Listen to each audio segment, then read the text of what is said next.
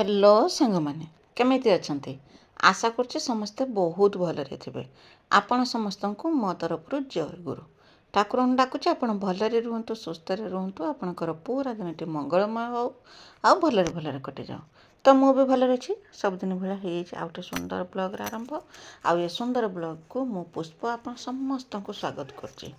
तो समय देखि जानि पड़थे बर्तमान सकाळ 7:15 मोर गाधुआ पाधुआ काम दाम सब सरी आज टी शीघ्र कम सरी कहीं या परठू आरंभ हम माने मुख्य काम या परठू आरंभ हम जे मुख्य कामटा हूँ रोषेईबास कम आउ भावुती एत सका सका कौन कम सारे सब तो गाधुआ पाधुआ कम सरला बेलू 8टा 9टा बाजी जाए मुझे बाहर कम किसी भी करना सका घर कम ही कर द्वार झाड़ू करके बासन धोईके गाधे पड़ती कहीं आम पुओ जे आसी तो 15-20 दिन हम से आसला आज करना से पलि जीव तो से कि सका खावा व्यवस्था कने से खाई पी देके 8टा सुधा बाहरी जीव तो से कि मो आउ बाहर कम किसी भी करी आसिकी सीधा कम सर देखी रोषे घरे आसिकी पहुँची थी आगर माने घर बाहर के जीवे माने आगर खियापिया काम दामटा सरी जाटा सेटा करवाटा आगर खाई पीकी बाहरी गने मन को टिके शांति लगे आउ खाली पेट तो घर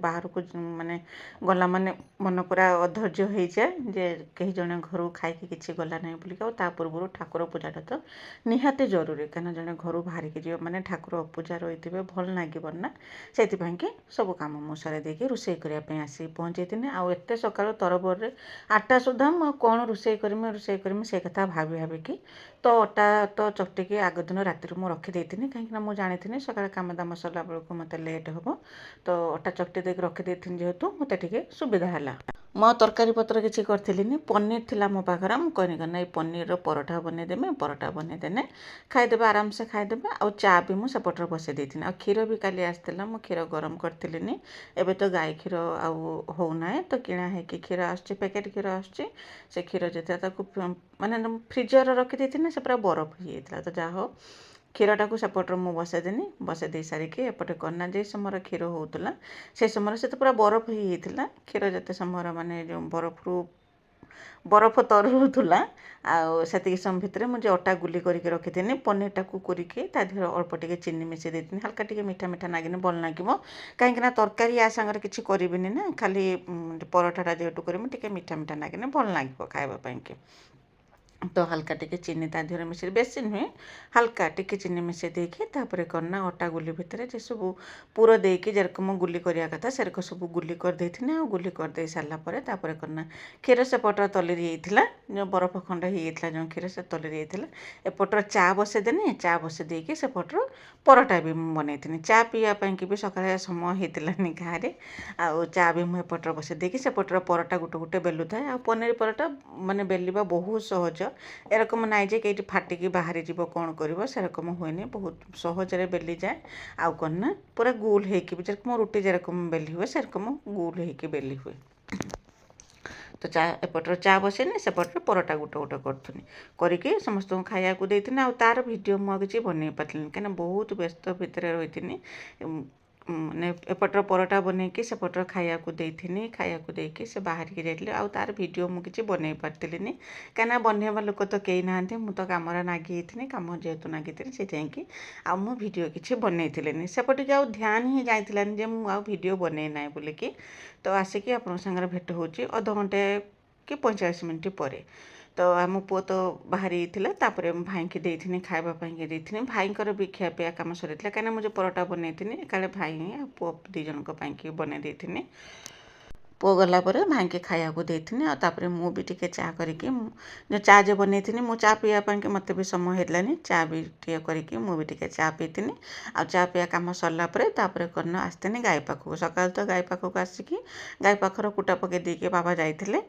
मुझे थे देखते आसनी जे होगला ना 8:30 खंडे होगला तो 8:30 कि 8:45 पाखापाखि हो आउ सका रोषे कि एत टेंशन थिलानी कहीं अलरेडी खियापिया तो सरी जाइए आउ एकला बाकी थी खावाई कि से एत टेंशन थिलानी मु गाय की टिके देखनी आउ भावुनी बाहर को आनी बोलिकी किंतु वर्षा जेहेतु उठे ना वर्षा कथा कही होना के मुहूर्त आसिकी वर्षा हो तार भी ठीक ठिकाना ना ତ ମୁଁ ଗଛରେ ବୋଇତାଳ ଫୁଲ ଫୁଟିଥିଲା, ବହୁତ ସାରା ବୋଇତାଳ ଫୁଲ ଫୁଟିଥିଲା। ଦେଖିକି ଲୋଭ ହେଲା ତ ମୁଁ ଆସିଥିଲି ବୋଇତାଳ ଫୁଲ ନେଇଯିମି। ମୁଁ କହିଲି କିଛି ନହେଲେ ତରକାରୀ ତ କରିଦେବ। ସବୁବେଳେ ତ ଆଉ ବୋଇତାଳ ଫୁଲର ଯେଉଁ ପିଠଉ କି ବରା ତାକୁ ତ ସବୁ କରିହେବ ନାହିଁ। ତ ମୁଁ କହିଲି ଆଜି କ'ଣ ନା ଭଜା କରିଦେମି, ବୋଇତାଳ ଫୁଲ ଆଳୁ ଦେଇକି ତାର ଭଜା ଗୋଟେ ବନେଇଦେମି। ତ ସେଇଥିପାଇଁକି ଏତେ ସାରା ଫୁଲ ଫୁଟିଥିଲା ଯେ ମାନେ ଇଚ୍ଛା ହେଲାନି ତାକୁ ଛାଡ଼ିବା ପାଇଁକି।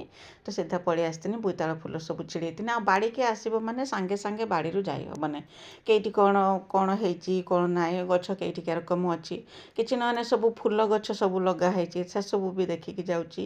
ତ କୁନ୍ଦୁରି ଗଛ ବି ଯେଉଁ ହେଇଛି, କୁନ୍ଦୁରି ଯେ ଗୋଟେ ଗୋଟେ ହେଉଛି, ଯେଉଁ ଧରୁଛି ଯେ ଗୋଟେ ଗୋଟେ, ତାକୁ ବି ଦେଖିକି ତୋଳିତେ ହେଉଛି। ନହେଲେ ସେସବୁ କ'ଣ ନା ଗୋଟେ ଅଧେ କେଇଠି ହେଉଛି, ସେସବୁ ପାଚି ହେଉଛି। ତ ଆସିକି ଏତେ ଶୀଘ୍ର ବାଡ଼ିରୁ ଯାଇ ହେବନି। ମୋତେ ଏଇଠି ଅଧଘଣ୍ଟେ 45 ମିନିଟ୍ ଖଣ୍ଡେ ଲାଗିଯାଇଥିଲା। ଆଉ ଗୁଳୁଗୁଳି ଏତେ ମାତ୍ରାର ହେଉଥିଲା ନ କହିବା କଥା, ମାନେ ପୁରା ଝାଳରେ ମୁଁ ଗାଧୋଇ ଯାଇଥିଲି। ଆଉ ଏଇଠି କ'ଣ ନା ମୁଁ ଯିବା ସମୟରେ ଆମର ସେପଟର ଯେଉଁ ଘର ଯେଉଁ ଦେଖୁଛନ୍ତି ପୁତୁରା ବୋଉ, ସେ ଆସିକି ମୋ ସାଙ୍ଗରେ କଥା ହେଉଥିଲେ। କହିଲେ କ'ଣ ନା ତାଙ୍କ ବାଡ଼ିର ଲଙ୍କା ଗଛ ହେଇଥିଲା।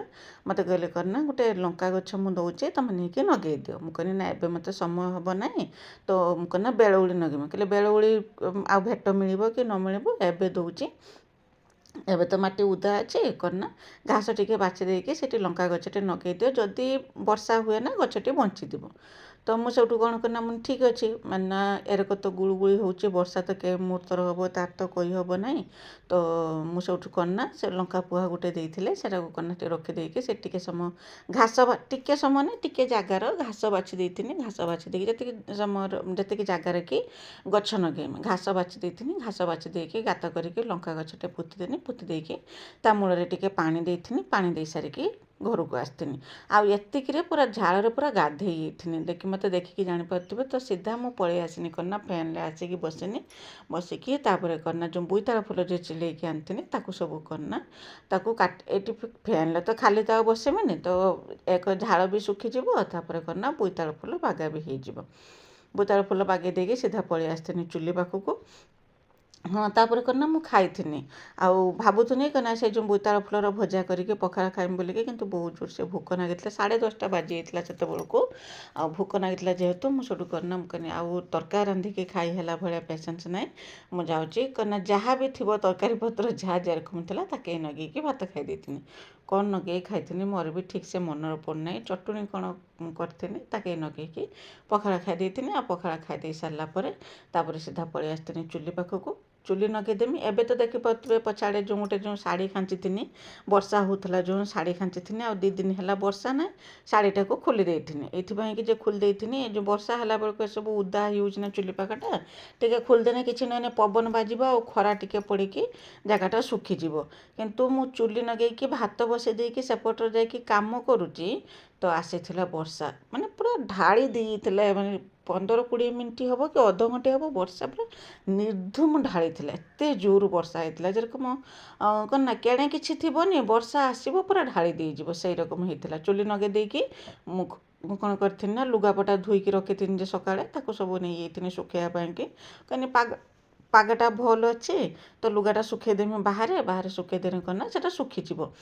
10 ମିନିଟ୍ ବି ଯାଇନାହିଁ, ମୁଁ ଏପଟର କ'ଣ ନା ଲୁଗା ଶୁଖେଇ ଦେଇକି ଚାଉଳ ଧୋଇକି ମୁଁ ପଣି ଦେଇଥିନି। ପଣି ଦେଇ ସାରିକି ବାସନ ଧୋଉଛି, ସେଇ ସମୟରେ ଆସିଥିଲା ବର୍ଷା।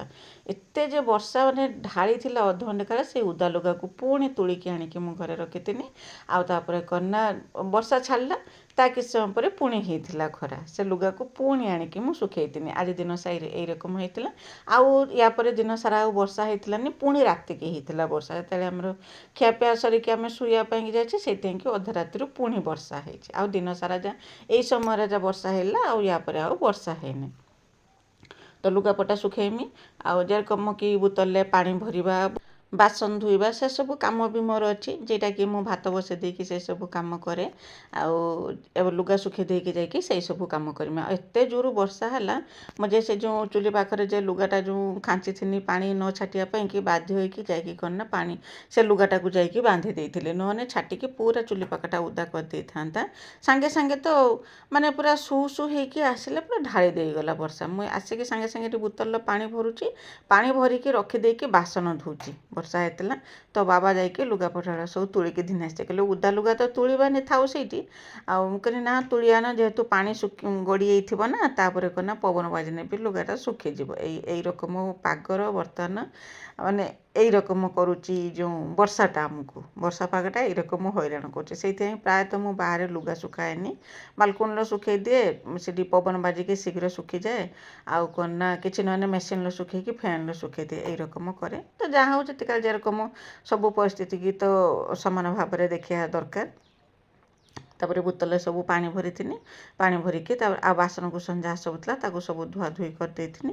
ଧୁଆଧୁଇ କରିଦେଇ ସାରିଲା ବେଳକୁ ଭାତ ହେଇଯାଇଥିଲା, ଭାତ ଗାଳି ଦେଇଥିନି। ଭାତ ଗାଳି ଦେଇକି ଯାଇଥିନି ତରକାରୀ କରିବା ପାଇଁ। ତରକାରୀ ମୁଁ ଆଉ ବେଶୀ କିଛି ତରକାରୀ କରିଥିଲିନି, ମାଛ ଯେ ଥିଲା, ଫେରିକା ମାଛ ଯେ ଆଗ ଦିନ ଆସିଥିଲା ମାଛ ଥିଲା, ମାଛ ଝୋଳ କରିଦେଇଥିନି। ଆଉ ସକାଳେ ଯେ ଭଜା କରିବା ପାଇଁକି ଯେଉଁ କାଟିଥିନି ଯେଉଁ ବୋଇତାଳ ଫୁଲ, ସେ ବୋଇତାଳ ଫୁଲର ଭଜା ବନେଇ ଦେଇଥିନି। ବାସ୍ ଏଇ ଦୁଇଟା ତରକାରୀ କରିଥିନି, କରିକି ଖାଇବାକୁ ଦେଇଥିନି। ବାସ୍ ଆଜି ଦିନଟି ଏଇ ରକମ। ଆଉ ମୁଁ ୟା ପରେ ଆଉ କିଛି ଭିଡ଼ିଓ କରିଥିଲିନି, ଖାଲି ସେ ରୋଷେଇବାସ ଖିଆପିଆ ଭଲମନ୍ଦ ଏଇ ରକମ। ପାଗଟା ତ ଏଇ ରକମ ରହୁଛି, ଆଉ କ'ଣ ଆଉ କାମଦାମ ଆଉ ଅଧିକା କିଛି କରିହେବ। ଆଶା କରୁଛି ଭିଡ଼ିଓଟି ଆପଣଙ୍କୁ ପସନ୍ଦ ଆସୁଥିବ। ଯଦି ପସନ୍ଦ ଆସୁଥିବ ଚ୍ୟାନେଲକୁ ସବସ୍କ୍ରାଇବ୍ କରିକି ଭିଡ଼ିଓକୁ ଲାଇକ୍ ଟିକେ କରିଦେବେ। ଆଉ ଛୋଟ ସ୍ନେହ ଭରା କମେଣ୍ଟଟେ ଲେଖିଦେବେ ଯେ ମୋ ଭିଡ଼ିଓ ଆପଣଙ୍କୁ କେମିତି ଲାଗୁଛି ବୋଲିକି। ଆଉ କେହି ଯଦି ନୂଆ କରିକି ମୋ ଭିଡ଼ିଓ ଦେଖୁଛନ୍ତି, ପ୍ରଥମେ ମୋ ଚ୍ୟାନେଲକୁ ସବସ୍କ୍ରାଇବ୍ କରିଦିଅନ୍ତୁ, ଯାହାଦ୍ୱାରା କି ମୁଁ ଯେତେବେଳେ ବି ଭିଡ଼ିଓ ଛାଡ଼ିମି ସର୍ବପ୍ରଥମେ ଆପଣ ହିଁ ମୋ ଭିଡ଼ିଓ ଦେଖିପାରିବେ। ଆଉ ମୋ ଭିଡ଼ିଓକୁ ଆପଣଙ୍କ ଫ୍ୟାମିଲି ଫ୍ରେଣ୍ଡମାନଙ୍କ ସହିତ ଟିକେ ସେୟାର କରିଦିଅନ୍ତୁ। ତ ମୋତେ ବି ଟିକେ ସପୋର୍ଟ ହେବ, କାହିଁକିନା ଆପଣଙ୍କର ସପୋର୍ଟ ଆଉ ଭଲ ପାଇବା ମୋତେ ୟୁଟ୍ୟୁବରେ ଭିଡ଼ିଓ ବନେଇବା ପାଇଁ ପ୍ରେରଣା ଯୋଗାଉଛି, ସାହସ ମଧ୍ୟ ଦେଉଛି। ସେରକମ ଗଲା ଭିଡ଼ିଓରେ ସ୍ନେହଲତା ଦିଦି, ଦୀପାଞ୍ଜଳି ଦିଦି, ବିଜୟଲକ୍ଷ୍ମୀ ଦିଦି ଆଉ ସସ୍ମିତା ଦିଦି ବହୁତ ସୁନ୍ଦର କମେଣ୍ଟ ଲେଖିଛନ୍ତି। ଆଉ ସେମିତି ଭାରତୀ ଦିଦି ପଚାରିଛନ୍ତି, ଦିଦି ଆପଣଙ୍କ ଘର କେଉଁ ଜାଗାରେ? ତ ଆମ ଘର ବାଲେଶ୍ୱର ଜିଲ୍ଲା ସୋରରେ ଆମ ଘରଟି। ତ ମୁଁ ବହୁତ ଥର କହିଛି, ଆପଣ ଜାଣିବାକୁ ଚାହିଁଥିବାରୁ ଆପଣଙ୍କୁ ବହୁତ ବହୁତ ଧନ୍ୟବାଦ। ସେରକମ ଆଇଡ଼ିର ନାଁ ହେଉଛି କ୍ରାଫ୍ଟ, ସେ ବି ସେରକମ ଲେଖିଛନ୍ତି ଯେ ଦିଦି ଆପଣଙ୍କ ଭିଡ଼ିଓ ଭଲ ଲାଗୁଛି ବୋଲିକି। ତ ଆପଣଙ୍କ ନାଁଟି କହିବେ, ଯେ ନାଁଟି କହିଲେ ନା ମୁଁ ମୋ ଭିଡ଼ିଓରେ ଆପଣଙ୍କ ନାଁ ନେମି। ତ ଆପଣ ସମସ୍ତଙ୍କୁ ମୋ ତରଫରୁ ବହୁତ ବହୁତ ଧନ୍ୟବାଦ ଯେ ଆପଣଙ୍କର ବହୁମୂଲ୍ୟ ସମୟ ବାହାର କରିକି ମୋ ଭିଡ଼ିଓ ଦେଖିଛନ୍ତି, ଆଉ ମୋ ଭିଡ଼ିଓରେ ଏତେ ସୁନ୍ଦର ସୁନ୍ଦର କମେଣ୍ଟ ଲେଖିଛନ୍ତି। ଆପଣ ସମସ୍ତଙ୍କୁ ମୋ ତରଫରୁ ବହୁତ ବହୁତ ଧନ୍ୟବାଦ। ଆଉ ଯଦି ମୋ ବିଷୟରେ କିଛି ଜାଣିବା ପାଇଁକି ଚାହୁଁଛନ୍ତି, ଯେରକମ ଭାରତୀ ଦିଦି ପଚାରିଥିଲେ ଯେ ହେଉଛି ଆପଣ ଘର କେଉଁ ଜାଗାରେ ବୋଲିକି, ତ ଜାଣିବାକୁ ଯଦି ଚାହୁଁଛନ୍ତି ମୋତେ ପଚାରନ୍ତୁ, ମୁଁ ତା'ର ରିପ୍ଲାଏ ଭିଡ଼ିଓ ମାଧ୍ୟମରେ ଦେମି। ତ ଏଟା ହେଉଛି ବେଳଉଳ ସମୟର ଭିଡ଼ିଓ, 4:30 କି 5ଟା ଖଣ୍ଡେ ହେଇଯିବ। ତ ମୁଁ ବାହାରିଥିନି କ'ଣ ନା ଗୋଟେ ଜାଗାକୁ, ଯେଉଁଥିପାଇଁ କି ଆଉ ମୁଁ ଯେଠିକି ଯାଇଥିନି ତାର କିଛି ଭିଡ଼ିଓ ବନେଇଥିଲିନି। ତ ଆଜି ପାଇଁ ରହୁଛି, ବାଏ ବାଏ।